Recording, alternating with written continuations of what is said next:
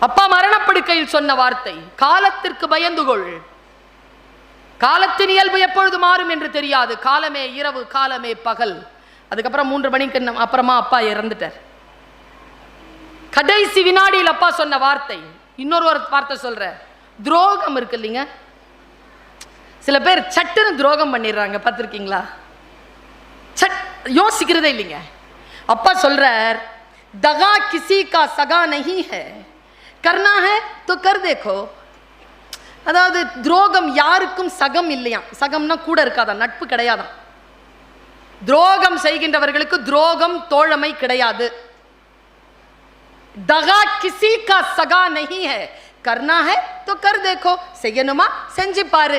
जिसने जिसने दगा किए हैं, யாரெல்லாம் அந்த துரோகத்தை செய்தார்களோ, जाके उनके घर देखो, போய் அவர்கள் வீட்டை பார்.